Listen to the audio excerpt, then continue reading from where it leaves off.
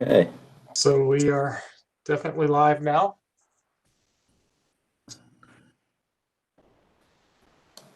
Well, all right, everybody, welcome to the March edition of the CTC. Yeah, this marks our first quarter, so it's kind of a cool milestone. Let's go ahead and let's do the roll call sign in. We can add people as they come on. Do we have a quorum?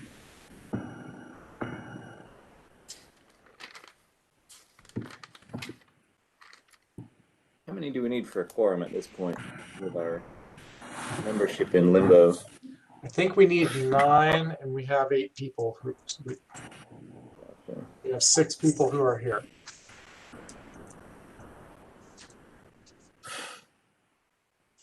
Seven, including myself. So yes, we do have a quorum. Okay.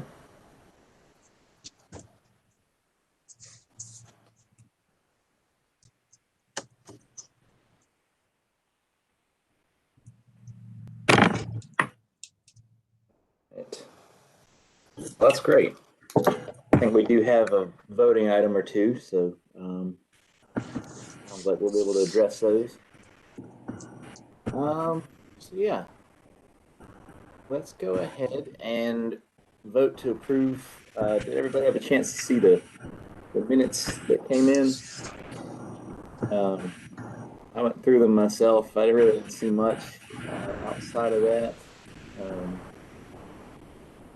Rodney, I did add that we created the Champion and Landmark Trees work group. I saw that. That was the only thing that I had to add. Anybody else have any other things that we were missing?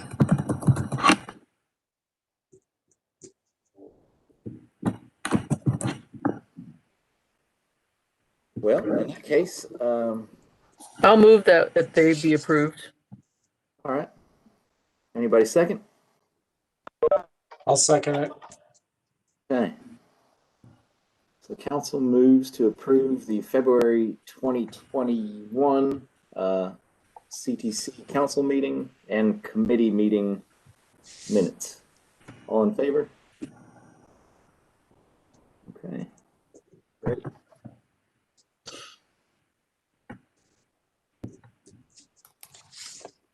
So let's go ahead to Pam. Let's do our how's our treasurer's report looking this month? All right, I emailed it out to you earlier, so you should have the numbers from earlier today. Not a lot of changes. We had 2 donations. And we had the $200 deposit was from some cash from selling some trees that Jesse gave to me. And then we had another one from the Nolan Family Fund, which was a resend of a check that somehow got lost in the mail. And then we had 1 deposit to our PayPal account too. So we ended up about a little less than $800 ahead of last month. Awesome. Way to go, Tree Council. All right. Pam, I actually have a treasurer question. You may or may not know the answer to this. If now that we have the stickers, if I wanted to give a donation ostensibly to get stickers, like, is that allowed? Like, am I allowed to like donate $25 and then get 5 stickers, or how do we do that legally, I guess is what I would ask. Well, I'm not sure there's any legal to it. I mean, donation. That way we wouldn't have to pay any kind of sales tax or anything for the sale of them. So it wasn't technically a sale, it was a donation in exchange for something. good thinking. I don't want to mess with sales tax.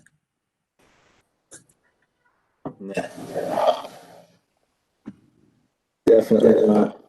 And actually, when we had our tree sales, I don't know that we ever collected sales tax on that. Maybe we should have. I'll probably get in trouble someday. Other nonprofit groups were a lot. The other nonprofit groups I've been in, they took in donations even if it was for exchange. But I don't know if the status was different than what you guys are. But when the other nonprofits I had didn't have to collect or sell it necessarily. I don't know that it's ever come up before since I've been the treasurer.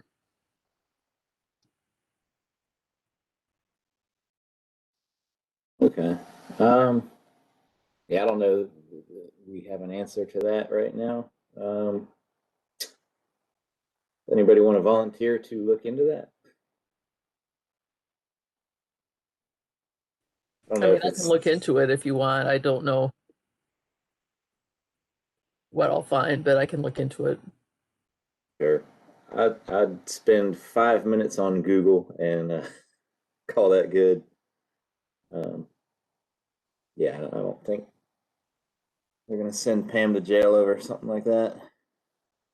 Be funny if they did, but More likely they just hit us with some sort of financial penalty. yeah, yeah. My Okay. personal experience is they send you a letter telling you did it wrong and don't do it again. Right. Well, Pam, be on the lookout for that letter. I won't get any sleep until I know it's on the way. Yep, yep. I know it. Okay. Well, great. Sounds like we're getting some donation money, so that's great. Jesse, way to go on the tree sales there. That's awesome. So yeah, I guess we can go into the regular CTC business of the executive steering and work groups. I do motion to accept the treasurer's report, by the way, if we have to do that. Oh, yeah. I don't think All we in usually favor? do. Do we? I don't. We can do it. Sure. All in favor? Fantastic. Okay. So for CTC business, a little bit of a downer. So as you all know, Larry Morris of the Tree Council for many years passed about a week and a half ago, February 24th. Many of you all knew him, really great friend, great mentor, just an awesome all around soil fanatic. Never seen somebody get that excited about cation exchange capacity in my life. Just a great guy. So, in honor of Larry, I'd like to have a moment of silence right now. Let's just take a minute and think about Larry and yeah, let's all just take a minute as a group and just appreciate Larry for a minute.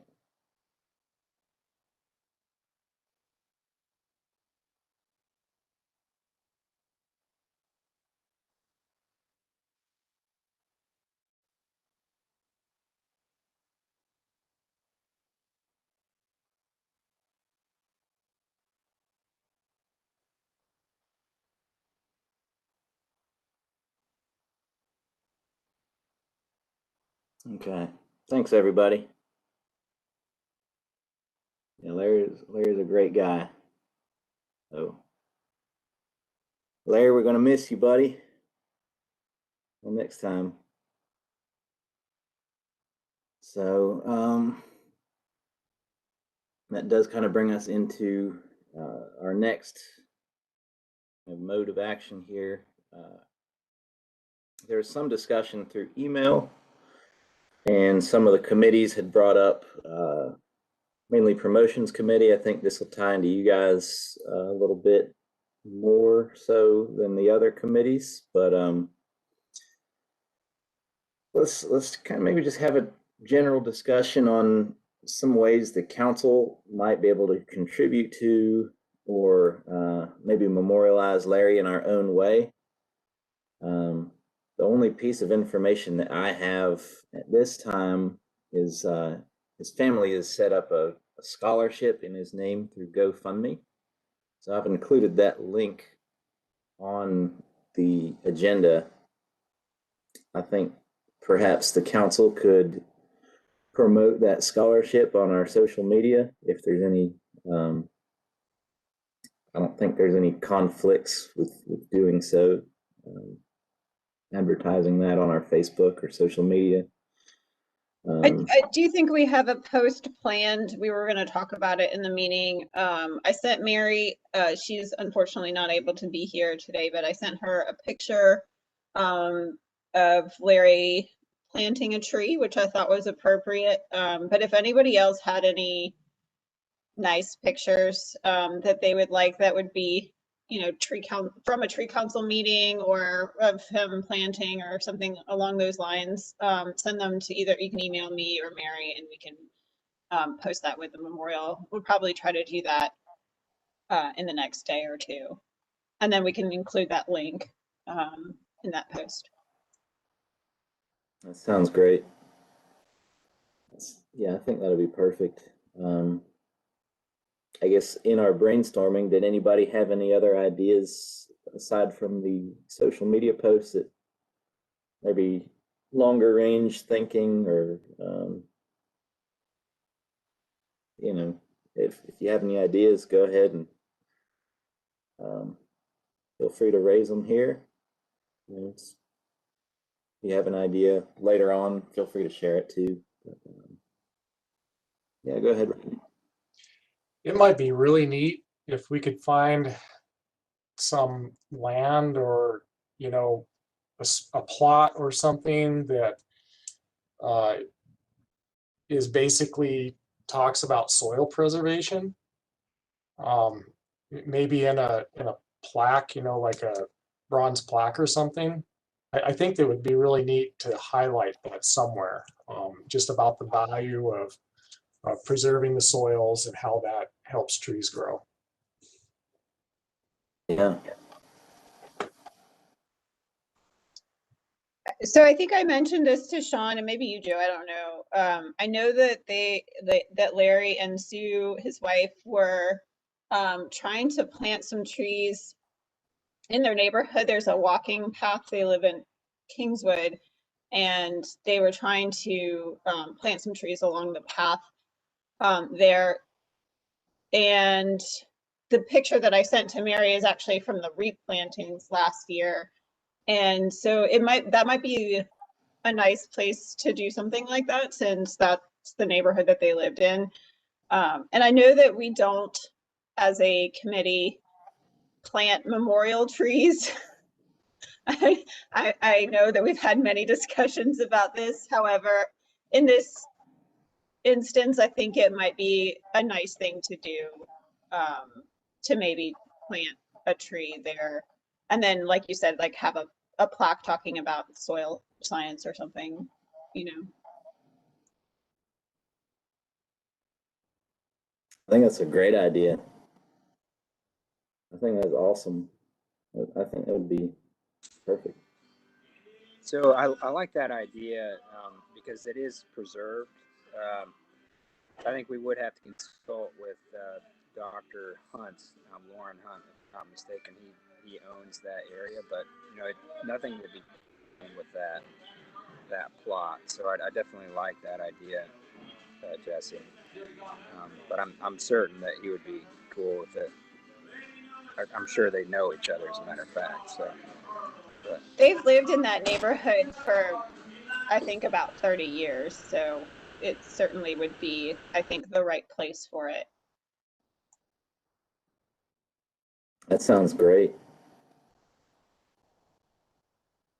I love that idea personally. What's everybody else think?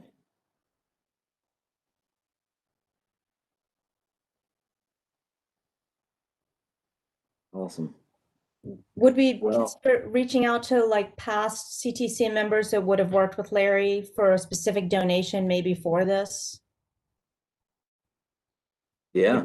I mean, roughly we would be looking at what, $2,000? I mean, how much are we talking about for, or just a ballpark for now, I guess, but an idea so we have a goal to hit. We're thinking a plaque and a tree or a couple of trees. I think a plaque and a tree would be sufficient. I think you can order plaques for like $50 on Etsy or other places. Maybe a little more than that, but probably not more than 100. Just depends how big it is.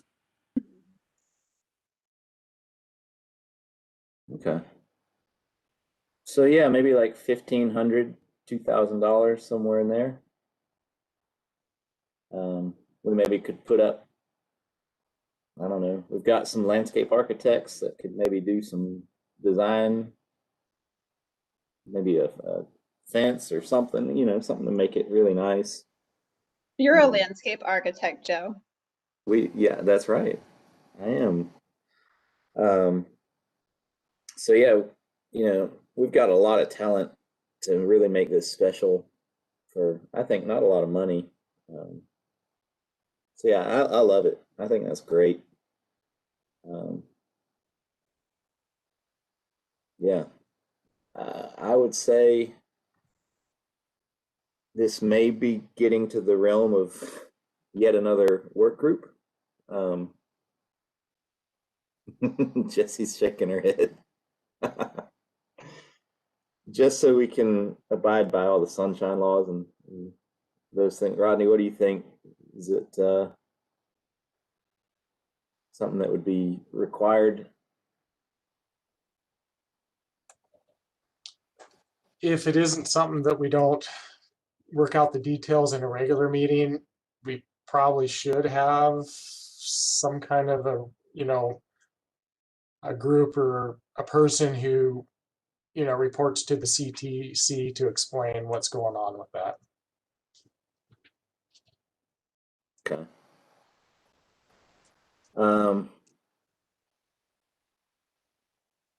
I think this is something we can probably knock out this year, maybe have in the ground by next winter. The tree planting will have to be probably, you know, November, December, possibly January.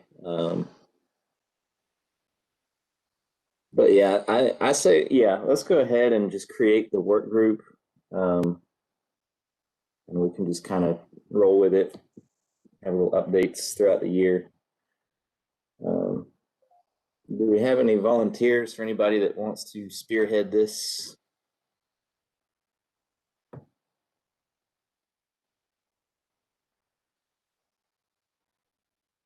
All right. Thanks, Sean. Well, I will make a motion for the council to create the Larry Morris Memorial Tree Planting Project. Anybody second that motion? A second. Okay. All in favor? Great. I think that's great.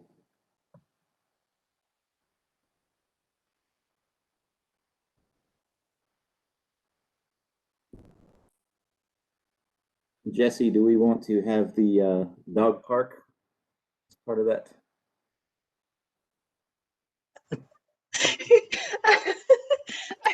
I don't even know what to say to that. I think that Larry would be laughing right now. He would torment me about that dog park.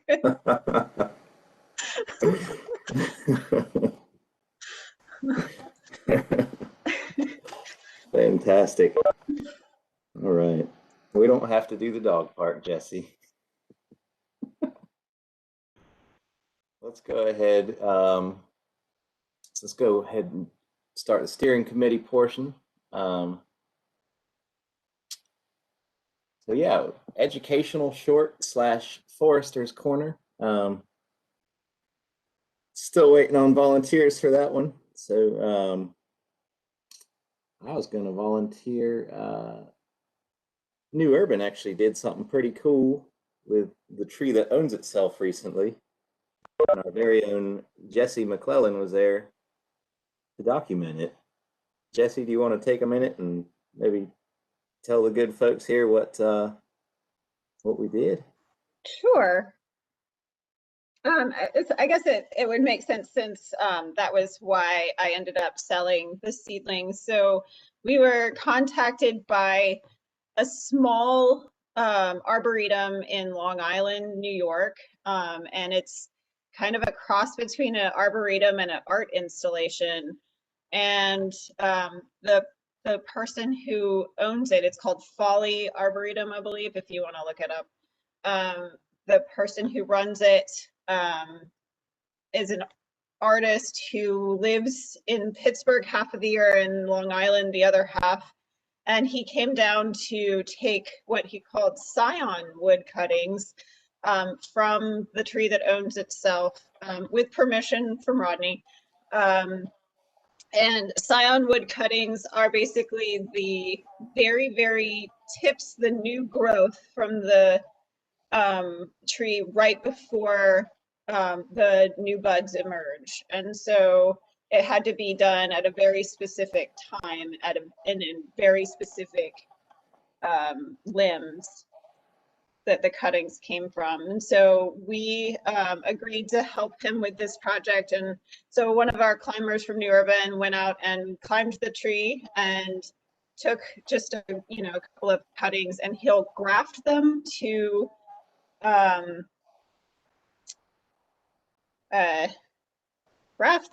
he didn't explain what he's grafting to. I don't remember.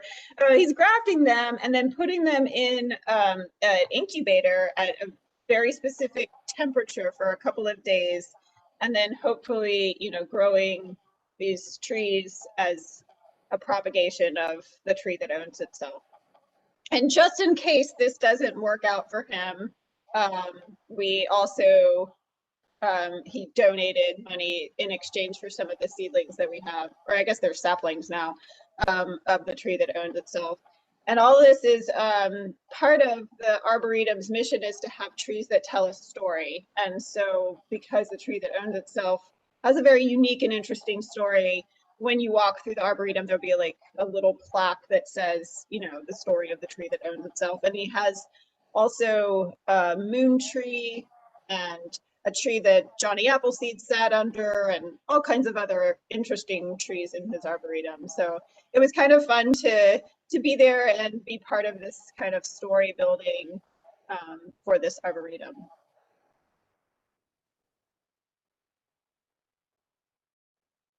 That's awesome. Yeah, thanks, Jesse, for sharing. I thought that was just too good not to let everybody hear about.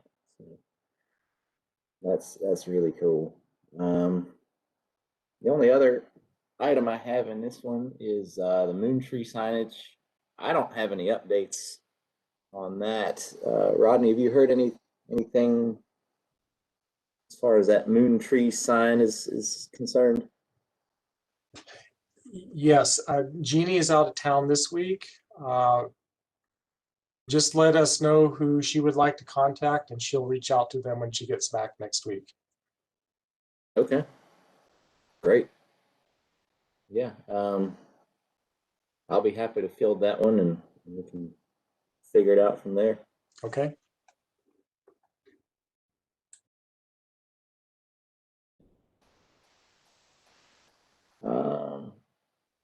So let's go to the new member interview work group. I just had one question on that. If we have any status update on the new member submittals that were, I guess, was it last month where they were submitted for approval to planning or mayor and commission? I don't have. How about you, Rodney? I did submit, and I'm happy to show you a screenshot of the email. I did submit a request to Gene Spratlin to get put on the agenda. I also, at the same time, sent the annual Community Tree Council report. I have not heard anything back. I am a little hesitant to email her again about it. If somebody else would like to reach out to her, that would be great. Otherwise, we'll just kind of hear about it or not.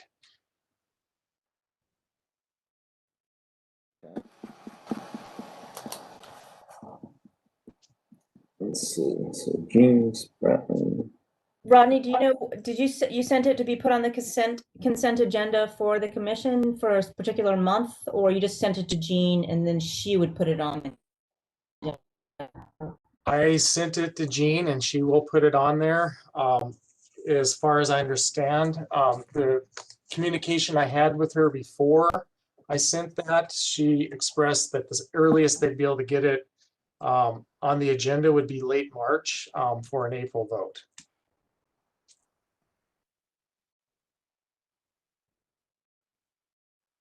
Okay. So it sounds like April may be when the new member approvals actually occur then? Yes, that's what we're hoping for. Okay. But it might be good to get a confirmation that that'll be getting put on the agenda. Does anybody on the council know Gene Spratling personally? I don't, but I've had plenty of contact with her. I mean, I'm happy to shoot her an email and say, hey, just double checking to make sure we're on the agenda for April, and Okay. she'll let us know. That'd be perfect. That'd be perfect. I think after tomorrow, I mean, by Friday, they release the next agenda, so we should know, but. Okay. Okay. That's perfect. Yeah, if you wouldn't mind following up with her and just make sure, that'd be great.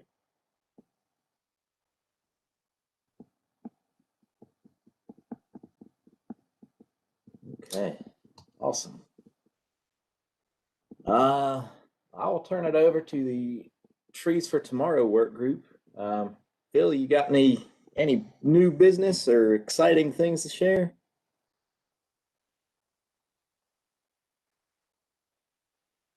I don't even have any boring things to share, Joe. I apologize for being late, but I'm glad I'm here now. But the Arbor Day was a big success, I think. Beyond that, I have no additional information or new business. Right. Well, that's good because I think it's too late to start planting trees now. I will say that our cooperators with the county appear to be going around and putting mulch out around the trees. It's not too late for that. And the dog park trees, I was by there not too long ago. They look nice. They're doing a good job with them. Have taken down the guy wires and the stakes for the trees that were put up not this past winter, but the previous. So things are progressing fine there. I'm hopeful that we can still do some more planting there outside the fence, if not within. There appears to be a good deal of room, so I may need to talk to Jeannie about that. Sounds great. That's pretty impressive. They removed the guy wires too. You never see that happen. No, I went fully intending to do it myself, and there was one that they missed, and I got that one. But they got those that were around the front of the gate, the entranceway there, and that is impressive. Usually, they wait until they are embedded in the tree to some extent, and then cut them out with a wire cutter. That's exactly right. Yeah. Well, that's great. That's great news. And you make a good point about the mulch that we can do that year round. So we can definitely keep that in mind. We probably still need to do that. That's not a trees for tomorrow thing, but we still need to get some mulch on those trees not at Rock Springs. I guess we got that, but at Broad Acres as well. That sounds good. You're talking about the trees we put in the ground 3 years ago, roughly? Yeah, the plantings that we did with the crepe myrtles and the trident maples and redbuds and all that over at Broad Acres, they could use another mulching, I think, probably. Okay. And some pruning. Okay. We can keep that on the in the Rolodex of ideas for projects.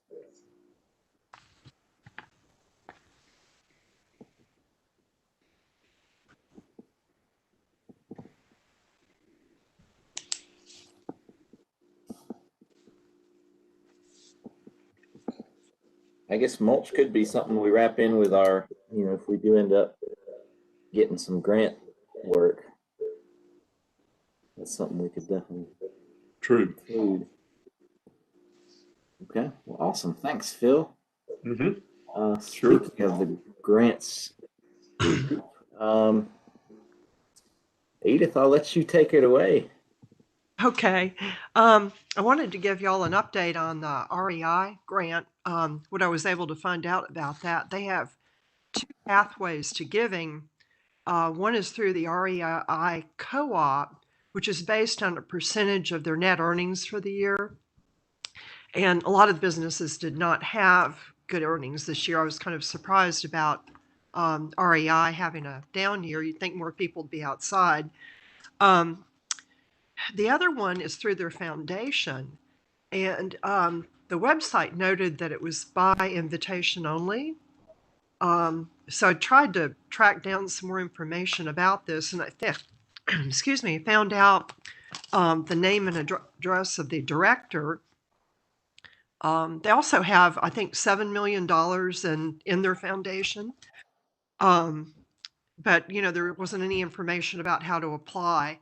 So I wrote a letter, which I shared with Mary, somewhat inviting us, just making them aware of who we were, and maybe inviting ourselves to apply for the grant, to be considered for that.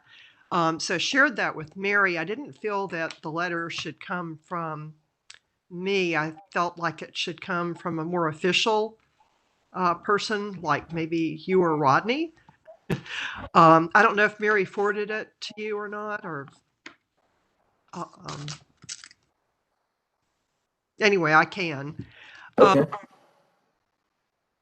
So that is one that, I do feel we need to pursue, because they have planted trees along trails, and they've given donations to ski clubs and just smaller organizations.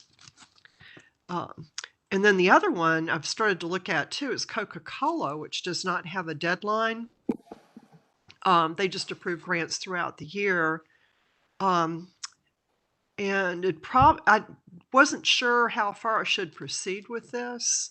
I know that we passed the eligibility test. We met, all their policy requirements.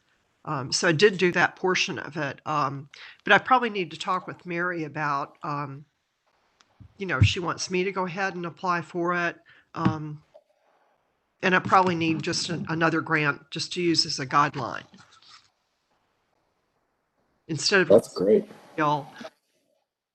And so we're trying to really keep track of some of the deadlines here. And I think the only other one coming up was UPS. And I think it was March 31st. And I think Stacy was going to, look into that. Yeah, it's actually March 19th is the deadline for that. Yeah, just sneaks right up on you. So yes, we could. Mary, I'm sorry I didn't get back to you, but you're right. It's like a PDF. So like for that grant, we just have to kind of do it all in Word first, and then I can go in and just plug it in to submit. So the thing about that grant is that they will let us know, I think it's by the end of May, whether or not we receive that grant. And then we have until the end of December to complete our planting. And we receive 70% of the funding, but then we have to do a wrap-up report, and we will get the remainder of the funds once I complete the wrap-up report. And this is something that they kind of always do. So they hold back some money, which isn't a problem.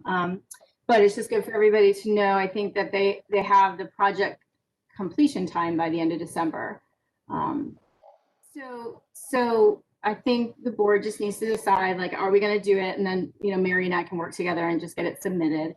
Another thing, and I brought this up, I think I sent it out to everybody, is I have this group has continued to contact me over the past several years. They're called One Tree Planted, and they tree plants globally.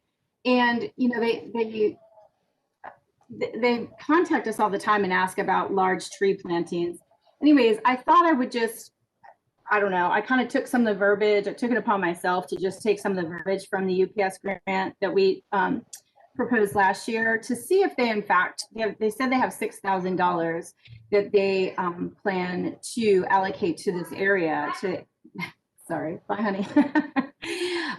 So anyway, so I sent some of the verbiage and I thought, well, I might as well just give it a shot, you know? And so I sent it to them and they came back and they said they're looking for like really like bigger tree plantings.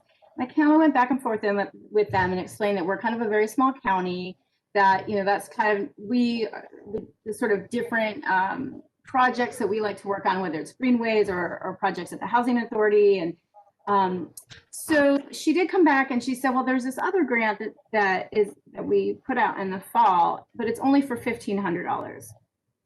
So I said, well, I'll go back to my, you know, my colleagues and see, you know, are we interested in just $1,500? You know, is it worth it?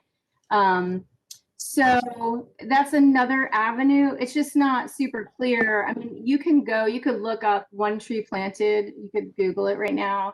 And they just do tree plantings all over the world. It's so, they were really looking for more trees, right? They're kind of looking for quantity, and that's not really the way that we proposed the authority. So are they looking for people to put in little trees, lots of little trees? You know what? Hold on. Hold on 1 second. Let me just pull up. I'm going to pull up her response for her response where she turned me down. Hold on 1 second. Let's see.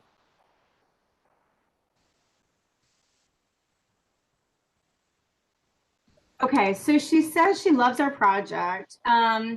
She said it would be a good fit for their Earth Month initiative, which is in April. Oh, did I say fall? I meant April. She said that's where they fund partners $1,500 for their initiatives. The other initiative, she says they're really looking to allocate this funding directly to projects that hit larger KPIs, which is number of trees planted, acres reforested, biodiversity benefits, water health benefits, etc. So she didn't really feel like, you know, our application met that criteria. Do we ever partner with Office of Sustainability or Leisure Services to work on it? I mean, have we ever in the past partnered with another agency that might be able to handle a larger planting? Not necessarily to do it, but to work like in a partnership where the piece we would do would be to write the grant, you know, whatever else we could do. We probably couldn't do much more than that, but like they might be able to take a larger planting grant. Right, like, so what she says here is she asks me, she says, might you have any projects that focus on higher numbers of trees being planted, 100 plus, or a variety or more of trees and a restoration component, native grasses, native flower plantings, wetland restoration, etc. So that, like what you're talking about, Mary, might be something where, like the Greenway, may be able to identify an area where they could do, you know, a larger quantity. But, you know, like I said, it's not something that we need to stress about or anything. I just thought I would go for it and ask them. And if we want, we can just submit what we submit to UPS. We could submit to them in April for a $1,500 grant if we wanted to.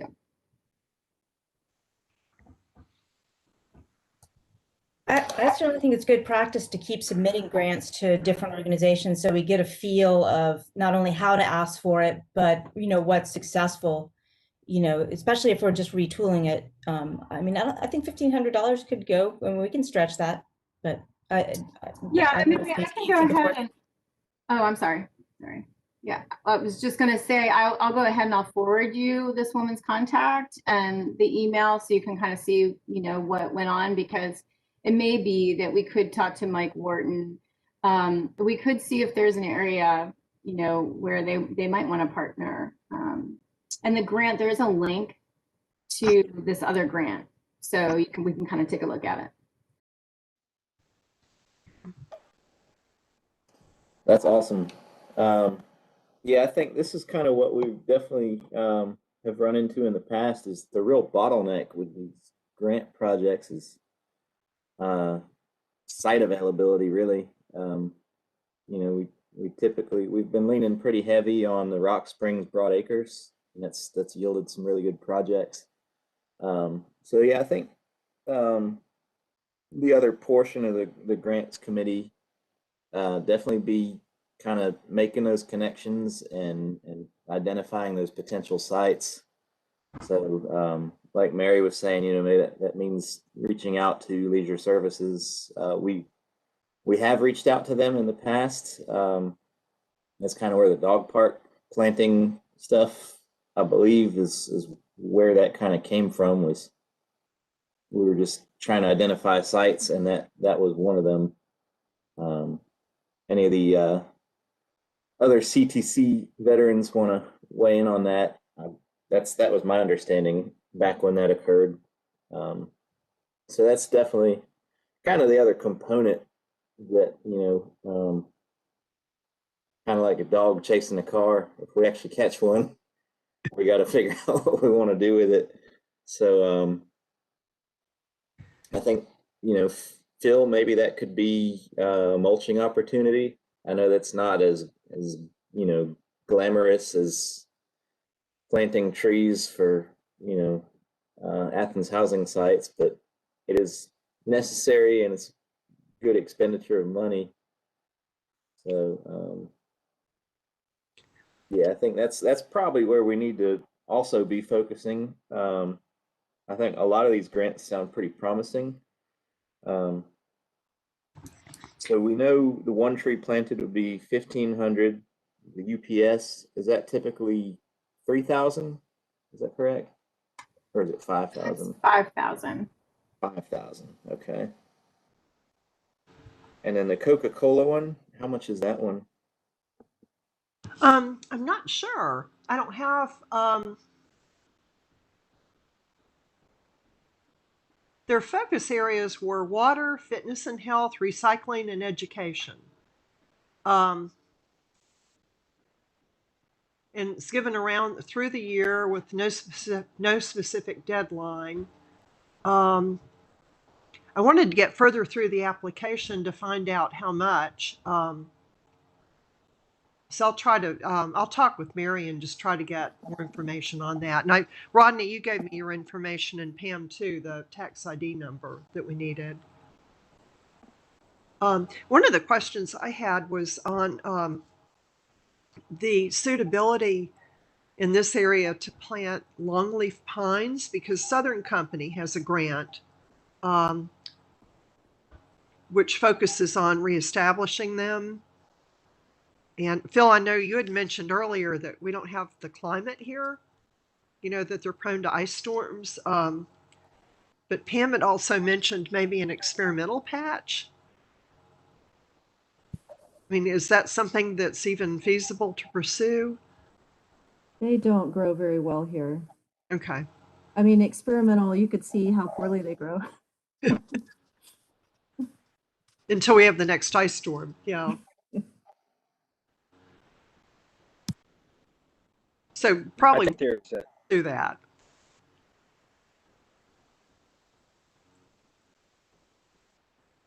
Okay. And then the REI, the invitation only, that's a $7 million pot that they allocate in kind of indisclosed amounts. Is that right? Yes. Yeah. Okay. And I believe the director of the foundation is also their treasurer. So he's with a university in Washington. It was hard to get the information about it, but it definitely sounds worth pursuing. So I'll share that letter with you and Rodney, and it needs probably some editing. Okay. Well, that's great. It sounds like you're hard at work there. I'd say if you want to grab some more personnel to help you maybe reach out and make those connections in the county and maybe identify some potential planting sites, that'd be the next steps. I noticed some of them too focused on water quality, so I thought maybe we should partner with the stormwater department. You know, and don't they have a full-time staff person that does promotions? Well, Cecile Riker is their program educational specialist, and she does a lot of outreach for stormwater. She's also on the KCCP board. But I'm not sure. So are you're thinking that, like, are you thinking about pulling them in as a partner for in-kind or?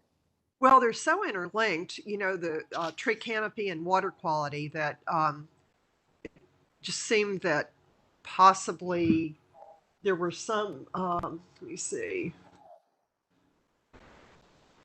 Again, this was a Southern Company focus, bottomland habitat.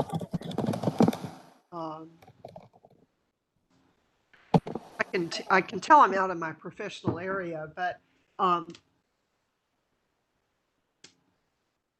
and then there was another one that was through NOAA, environmental literacy,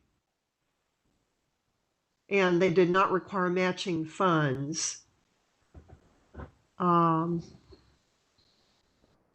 Just looking to see what were some of the others.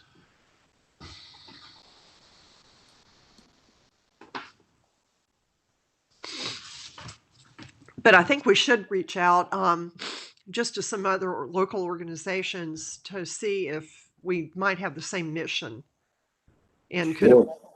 together. Yeah, I think that's a great idea. Start reaching out to different organizations and maybe see if we can identify some potential sites. Maybe, you know, I think the housing authority sites are great. I don't know if we want to overplant them or overstay our welcome over there. I know they're always well received, but yeah, you know, I think if we can identify other potential areas to expand to, I think that'd be really the way to expand the grant committee work and really kind of increase our you know, our influence in the ability to improve other portions of the community as well. Another avenue might be through the opportunity zones, which are identified as blighted areas within an urban community. And I think there were 4 or 5. There's a map online that shows where they are, but that might broaden our prospects. Okay, that's awesome. I haven't heard of that. This is Holly. I don't know the possibility of this or the need for it, but are there any opportunities for planting more trees at the landfill? That's a great suggestion. Yeah. Probably just requires, you know, reaching out and seeing what their needs are. My other thought was the Athens water treatment plant. It was a really nice facility.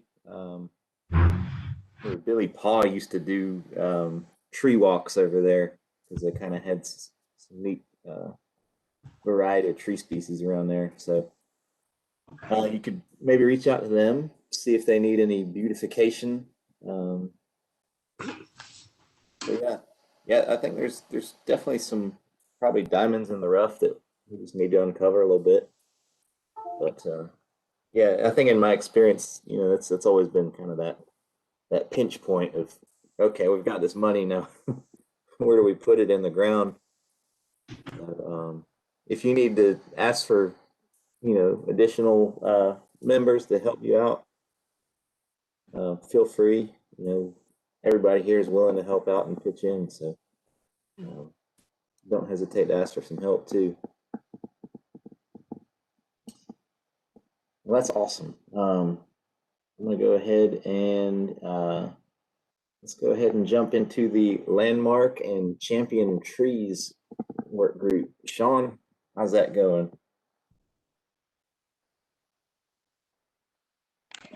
So let me apologize in advance for the shop noise here. I'll try to work around this. But, anyway, so you mix, and thank you for hustling through those, Mary and Patrick. And has anybody who's been assigned trees, have they had problems in logging the trees on their list? Well, I can speak to that, at least my experience. I've gone out to visit two of them. One of them, I can't tell if it's still there because they're dormant and I gotta wait for some leaves to come on. The other one, I noticed when I was out there, it's on Whitehead Road, and I noticed that the tree that I was looking for was a buckeye, which I wouldn't know buckeye if I tripped over it, but it's right on the border between a certain house and its neighbor. And then when I looked on the collector app on my phone, it showed that that same house has two champion trees in their backyard. So I don't know if anybody else in this group has a house on Whitehead Road, but there probably shouldn't be three of us knocking on their door if they were split up like that. I don't know how they're split up, but I can trade off if somebody wants to take that one that's in the front yard on the border, and I'll take one of theirs that maybe, in a place or something, but Joe, is that Emily's house? That's Emily Gore. Yeah. Uh, that's a client of ours, actually. oh, wow. Went, I identified, so there's the star magnolia in the back, and then the buckeye on the left property line there. Yeah, that's the one that I've got, and I wouldn't know a buckeye if I tripped on it. So I It's just didn't hiding. know that. I didn't see it at first either. It's small too. It's like 11 inch. Oh, oh, okay. I I'm glad thought you it was told a me that because I small. wasn't sure it was still there because there were no big, huge trees in the front yard. Okay. I just didn't know if somebody else has the two that are in their backyard, if they want to also take the one in the front, and I'll take one of theirs so that there's not that many people going out to their house and walking around and knocking on the door and all that. No. Does anybody else have the other trees? It would be 463 Whitehead Road. Nope. I'd be fine taking that one off your list, Lee. Okay, well, why don't you figure out which one you want to send me instead, and I'll take it. We Okay. actually have a crew out there working on Wednesday, so one of us, either me or Joe, could probably stop by there when our crew's working, and that way it would be, minimally invasive to the doors. That'd be great for the homeowner. Okay. Yeah.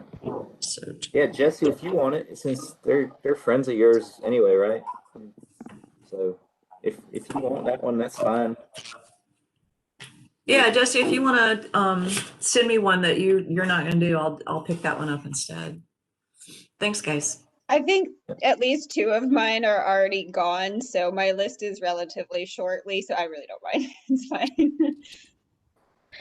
I was able to team up with Patrick and Phil for much needed expertise, and it is more fun than a barrel of monkeys to go out with those guys and hunt trees. So if you haven't got some, it's very fun to do it with a teammate. I just hold the tape. That's That's a good idea. Great. That's awesome. Yeah, I love the enthusiasm that everybody's brought to this. This is a great program, and I'm looking forward to, this getting going again. So Rodney had the pro tip of loading photos after you get home or whatever. I know I tried to load it, while on site for the green ash, Diane Miller's green ash, and there was a no-go on site. So anybody else have any problems with that? Loading photos? I had a little bit for the one that I sent after. I found that if I put the data in and then did the photo last, that it sent better. I do not know why. And that could just be superstition, but I only had one time where it wouldn't go. But otherwise, it's been pretty good. I think, Patrick, did you have some problem with I that? forgot a couple times. It loaded up okay if you remember to do it, but that's the hard part sometimes. I've got into the habit of entering all the data and submitting the data and then going back to the point and clicking on it and then loading a photo afterward. And it seems to work pretty well that way.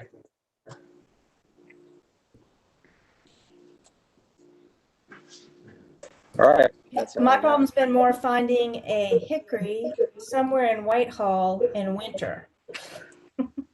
It's not the data that's causing me trouble. You know, that is, I think, as we go forward, for trees that occur out in the county somewhere, not in town and on a residential lot, adjacent to a house or something, a big problem is going to be the location data or information that we have. Patrick's been very helpful in sort of converting that location data on the sheet to a GPS lat-long type point. But if you don't have access to something that'll convert it to that, I think we're going to have a really hard time with some of the trees. I see Rodney sitting there smiling. He's perfectly aware of this before we ever got our hands on the data, I am sure. Misery loves company is an old expression I'm familiar with. There's definitely a fair amount of head scratching trying to figure out where these things might exactly be. You know, a practice of trying to photograph the tree that kind of shows its relative location may help. We could even put like a location to a closest kind of landmark or point also that might help us a little bit, because we're only going to get maybe 15 feet of accuracy at best. Well, I don't think we're going to have a problem once we find the tree of being able to go back to it again. I think with our data, I don't believe that's going to be a big issue, but trying to find them the first time from 20 years ago when they say something like on Karen Creek at Coggins Industrial Park, north side of the creek, and you can't find the creek on a county map and you don't know where Coggins Industrial Park is, that is an issue. Just saying. And I in our business, by the way, I oftentimes use the panorama feature on my camera, and oftentimes I slightly rotate the camera to include some, definite landmark. It is kind of, hard to capture a tree just by a single photo, but if you, tilt and turn, that's helpful. I've been trying to include Patrick in every photo for scale.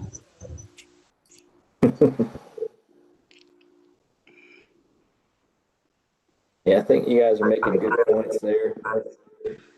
Sean, I tend to do the same thing. You know, if you can find a street sign or, I don't know, I guess nobody uses phone booths anymore, but that kind of thing definitely helps. Yeah, we were trying to figure out the coordinate system as well. The NAT 83 and the other one. So is that something that we can just, if we have the ArcGIS pin drop, can we extrapolate that, or can your interns go into GIS and generate coordinates from that pin drop that we? There's a website online that if you put in the address, it will give you the lat long. Because I use it in my courtroom cases sometimes. You can see if I can find it. A spreadsheet of the coordinates, and it will actually just from the spreadsheet load on the ArcMap. You just set it up using the coordinate system. The county uses State Plane West Georgia State Plane West Phipps, so it is different. It's probably 1.5 meters different, maybe more in some places.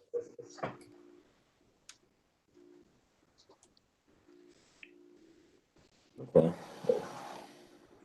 The short answer is it will load. Okay. But we're also talking about old equipment, from 20 years ago that may not have done a very good job pinpointing it. Another thing is if you really wanted to get fancy with it, you could invest in Garmin receivers which will improve the accuracy of your cell phones that you're using, which might help. I don't know if they had those initially, when they did that in 2006.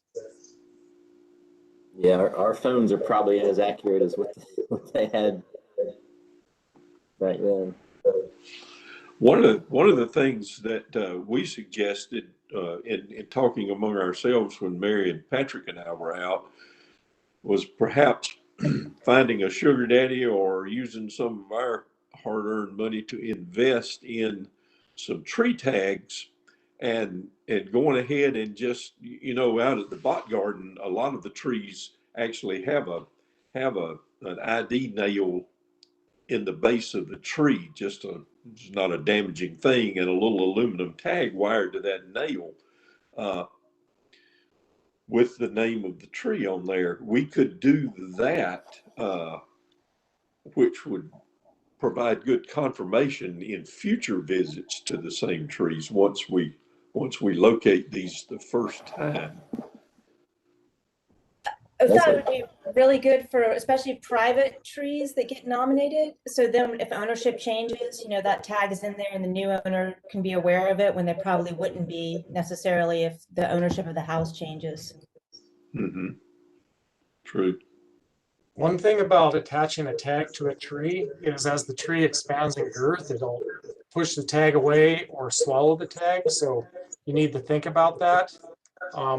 There's a system that uses springs and a really long screw that I've seen before, or maybe better is to hang the tag on a low branch or something on the tree. These at the bot garden are specific. I think they're fairly specifically designed for this, but they're kind of like a double-headed nail, and they're put in so that they stand pretty far off of the trunk of the tree near the base, and then the tag is on aluminum wire so that it's even further suspended from it. If these trees, given their age and growth rates, if they're visited every 5 to 10 years, I don't think that would ever be an issue with them. You could reposition if necessary, but it is something to think about, sure enough. I think that's a great idea, and just kind of trying to maybe put previous discussion together with this. Edith, do you think maybe that's something some of these grant folks might, if we tell them we're in the process as council of cataloging all of our champion trees in the county, and kind of revamping the champion tree program throughout the county, that maybe that could get us some grant money just to buy nice tags that are maybe engraved with that say like ACC champion and maybe the species name or something. Clinometer to that to measure the height. I have been scoffed at for my method. That might be a useful tool. Definitely. That'd fall in the area of education, which was the focus of some of the grants. So, correct. That may be worthwhile if we really want to make this program kind of, give the tree owner something to kind of, hang their hat on, like, hey, look at this, I got a tag, it says the species, and kind of increase that awareness. People walking by be like, oh, what's that? Oh, that's a champion. Sean, I'm curious, as I had to step away for just a minute, and maybe you spoke to this, but now that a number of our work group people have actually gone out and made a stab at beginning, are there plans for us to get back together and kind of have a shakedown meeting in person over at Rodney's place, maybe, and talk again? Phil, I think that's a great idea. We could hash out any problems we're having, or any updates, any sharing of, well, I can't find this one. Anybody else willing to take that? I think that's an awesome idea, Phil. And Yeah, we can send out an email and find out, agree on a good location. That's a great idea. I like that. Well, East side County Tito's comes to mind. That sounds great. Yeah, I'm in. Where it starts. In the interest of time, let's go ahead and move this along. Sean, if you want to go ahead and get that secondary meeting set up, I think that'd be pretty beneficial for everybody. So yeah, let's go ahead and get into the committee reports here. We've got about 20 minutes left. So yeah, first quarter, awesome, great work. I'm blown away by our committee chairs. You guys are just really on top of it. So I know I say this every meeting, but thank you all for being so proactive on this. It without you guys being this, go-getter about it, I mean, the council just doesn't accomplish anything. So really, I appreciate you guys doing that. I would say, every quarter, I'd like to check in on your goals list. So I would say maybe use a portion of your next committee meetings to have a quarterly finalized.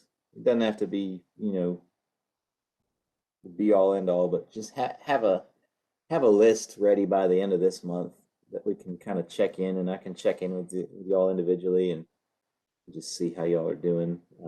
From my conversations with all of you, though, it sounds like you guys are on the right track and just really doing some really cool stuff. So, with that said, let's start with the promotions committee. Mary's not here. Jesse, do you think you'd be able to fill in? Maybe get a little. Yes, I don't have very much to report. I mean, we've been trying to post more and put stuff up on the website. I've been slowly chipping away at some of the action items on the website, although it is absolutely a work in progress. We do have an action item. We wanted to ask for $100 for ordering some t-shirts. So I'd like to make a motion for the promotions committee to use $100 of the tree council. I actually had said $200, but Mary said 100, so I'm gonna go with that. But $100 for t-shirts. So How many t-shirts would that make? And what are the shirts for? he did not say how many. Are they for us or is it for the public? They're for us, and also as gifts for donations. So when somebody would make a high dollar donation, they would receive a t-shirt as a gift. Okay. Well, in the agenda, it says it says 60 shirts is $744. I didn't know if that was just numbers she was throwing out or.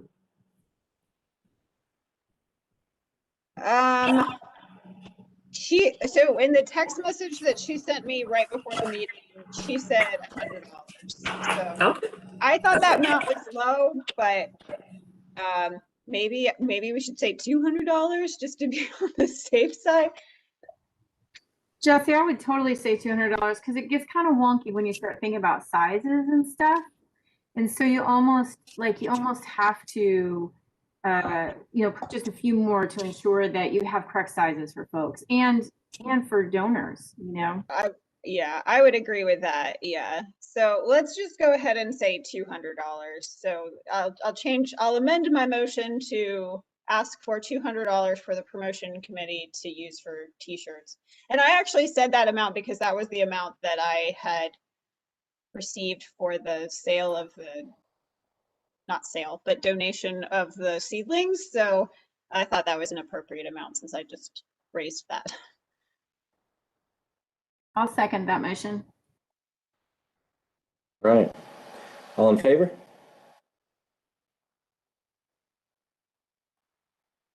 All right. Motion passes. Jesse, you got $200. Do not pass go.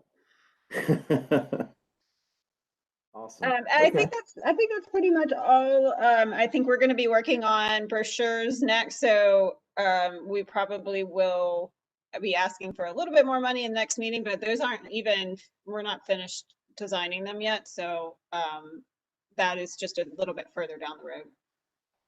Okay. Awesome. Well, yeah, I think the only other thing, do you need anything else from us for the Larry Morris social media post besides just some pictures if anybody has them?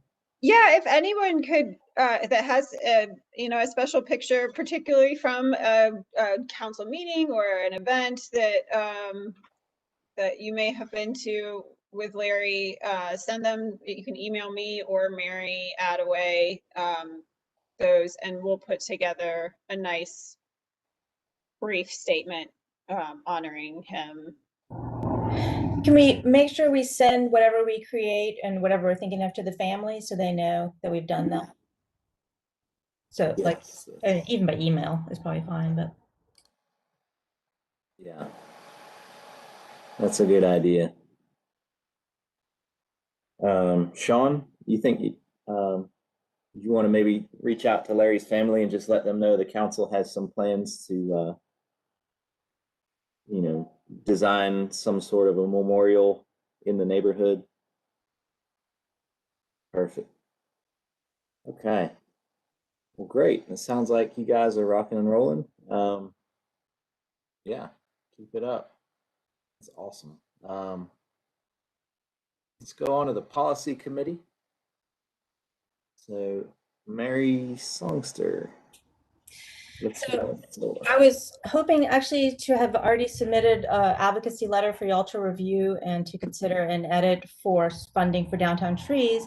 And I literally had a sentence in it that says, stand on Clayton Street and for a minute and then imagine no trees being there.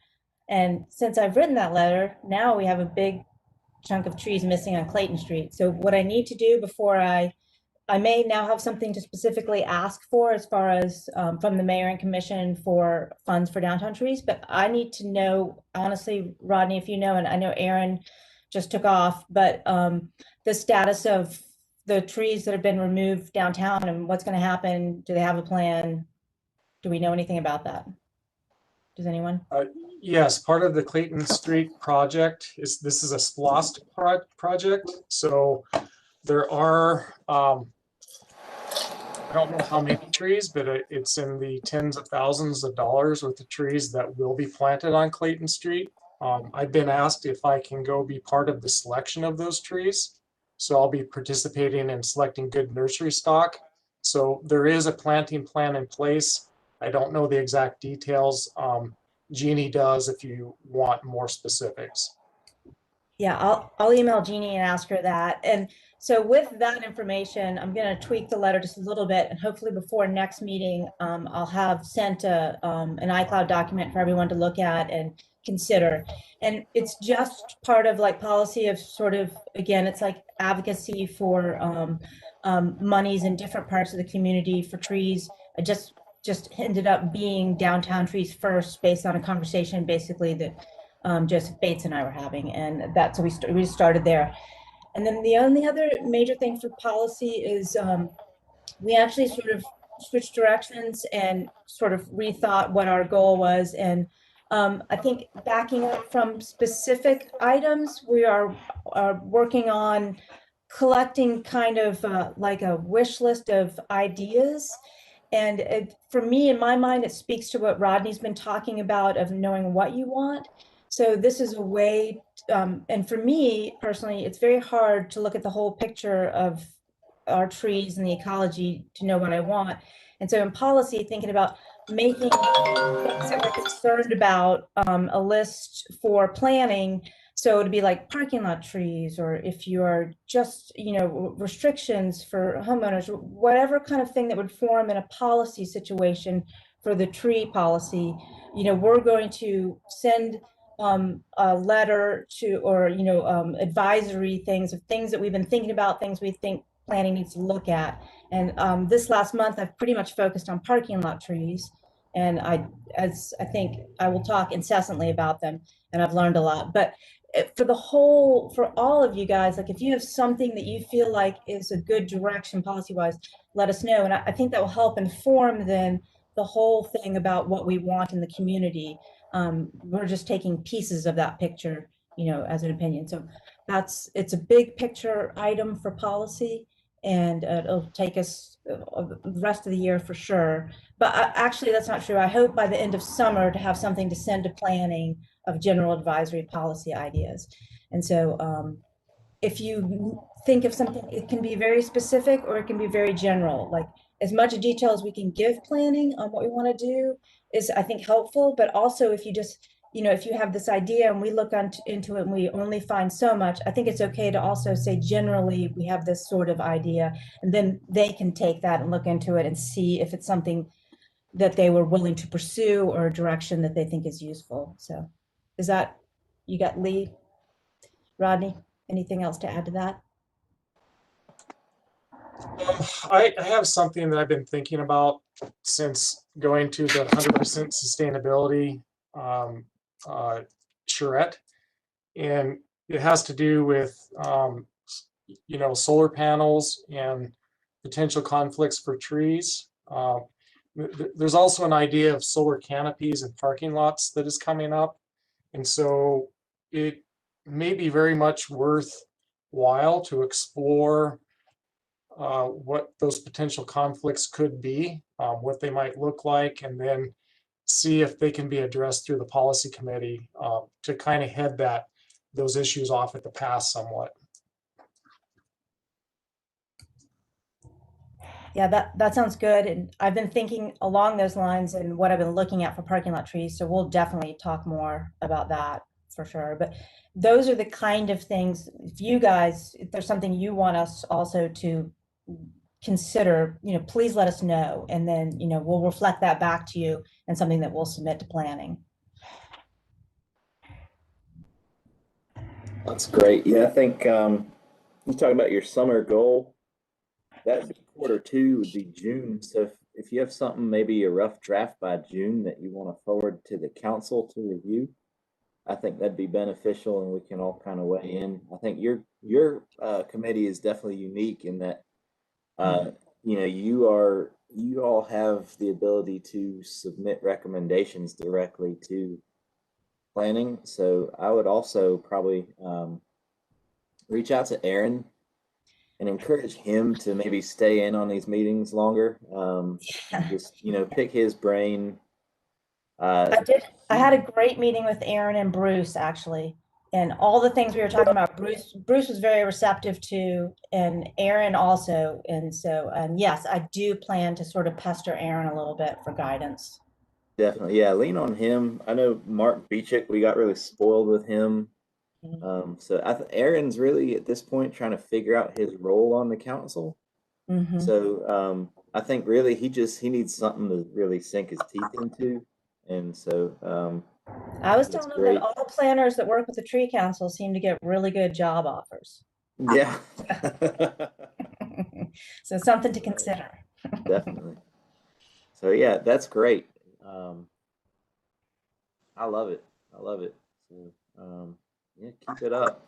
That's great. I think that's pretty much it for policy.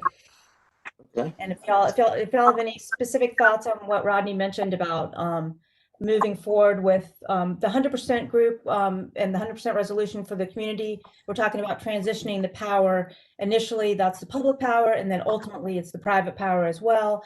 A lot of that will be solar just because of where we are. So the built environment, once again, is going to be, we're going to have to do this balancing act between the built and the grown environment. And we really want those to work together. We're not going to we can't do it how we've been doing it. So if y'all have any good ideas, let us know. Yeah, I thought you made some good points. The ceremony, the tree planting ceremony about soil root volume. That's something that Larry and Art both championed in a number of different places.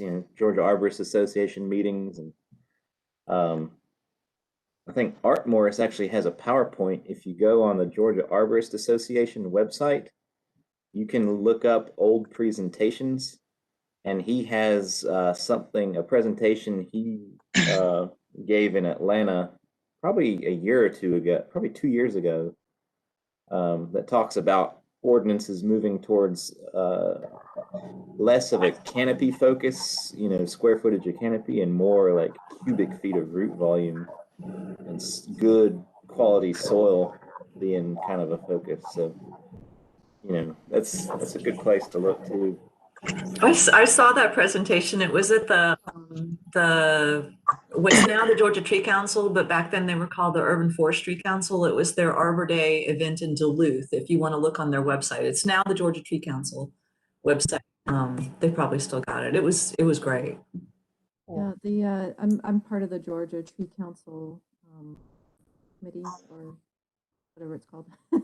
And I'm part of the education committee, and we're actually doing a whole soil and root quarterly presentation, and we're going to talk about soil volume as part of that. One of our speakers will be talking about that. I'm 100% on board with that. Is especially thinking about more parking lot trees, and it's like we want more healthy parking lot trees, not just trees, just like ones that can actually survive, and they need more soil to do that, and better drain soil.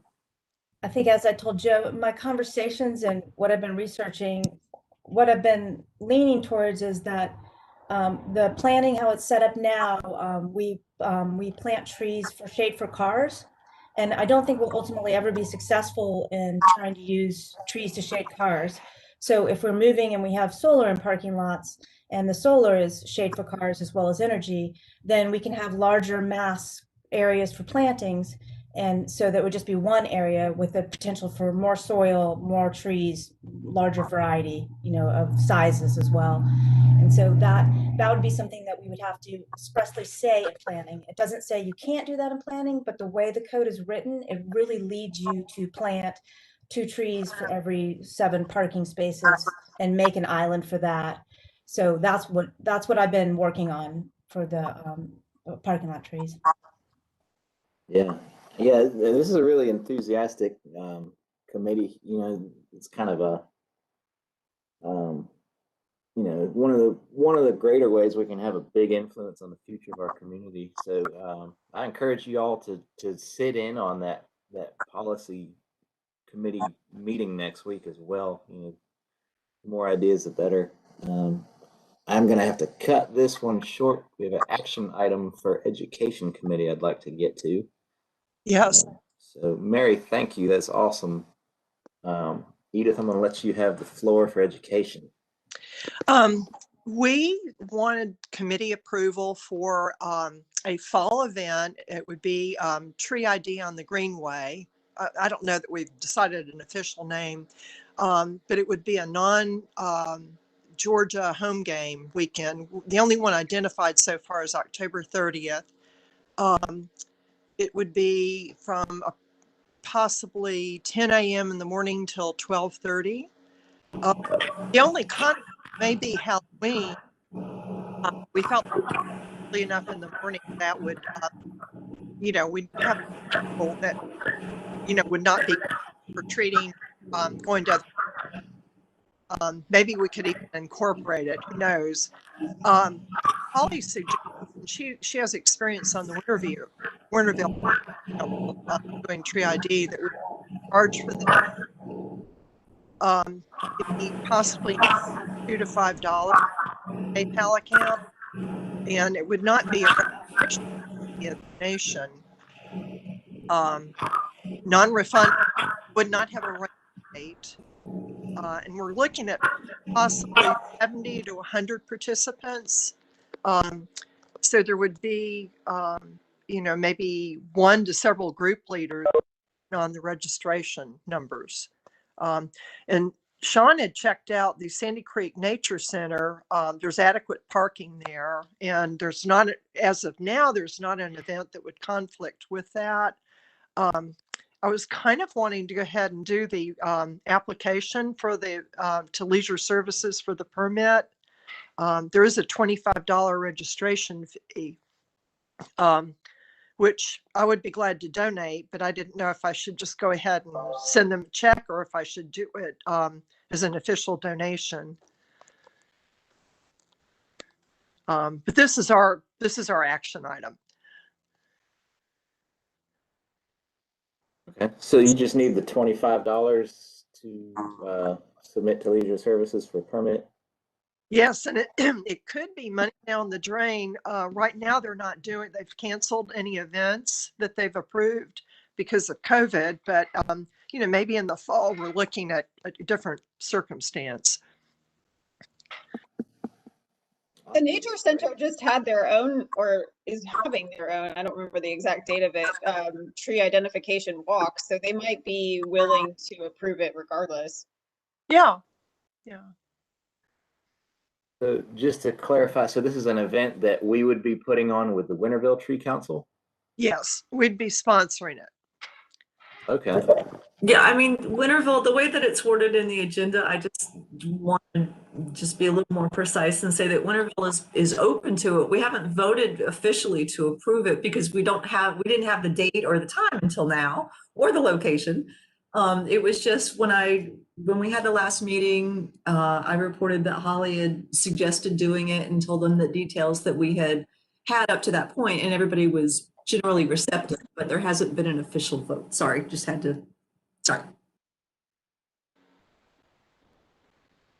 Okay, well, yeah, I mean, I think it sounds like a great idea. I don't mind the council funding the permit application fee. I mean, I think it all sounds great. Is anybody else weigh in on it? I like Mary's idea for the name, Trick or Trees. Oh, that is good. I mean, October 30th it starts to get a little bit late. There are going to be trees that have dropped their leaves by that point. But I think that there'll still be enough that have leaves on, and hopefully the fall color will still be nice then. I would prefer to do it a little bit earlier, but it seemed like that was the only day that we could get a good weekend that didn't have a football game. There is much to be learned about like just the tree growth pattern and types of trees, and good Lord, I live in park. So there's lots of information to be given, I think, at any time. Absolutely. Well, Edith, if you want to word the motion. Can I make a motion that we approve the tree ID on the Greenway for October and apply that the committee support it and then apply for the permit through Leisure Services with a $25 registration. Anybody second? I'll second. Thank you. I'll second. All in favor? All right.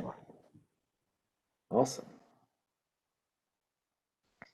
Yeah, let us know what comes of it. Okay. And that's exciting. I think that'll be a lot of fun. Send me a receipt, or I can send them a check if you need it, or I can reimburse you. Okay. Looks like you have two. Is there two other items to discuss on this? There are. We had our goal for a spring project was scaled back, and now it's scaled back even more. I did let Stacy Smith know that we have compiled some virtual resources and forwarded that information to her, and she'll forward that on to the Green School coordinators. And we're working on a webinar, which we'll also share with her too. And if anyone else has any, stumbles upon any really good resources, just forward them to us. And we're collecting kind of a little library.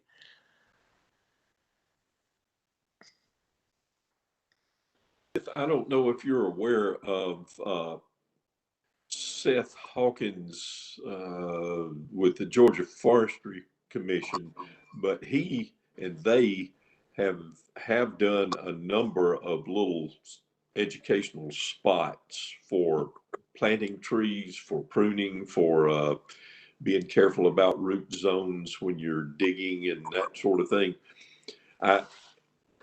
I can't give it to you right now. I stumbled across it, but there are online resources for some of those things. And Seth does a really good job, the ones that I've seen. So that might be something that we could contact Forestry Commission about and incorporate into our library as well. I'll contact Seth and ask him, for a recommendation. Okay. Okay. Well, that's great. Great. Looks like we're pretty much right on time here. Edith, do you have anything else? Oh no, that's it. Okay.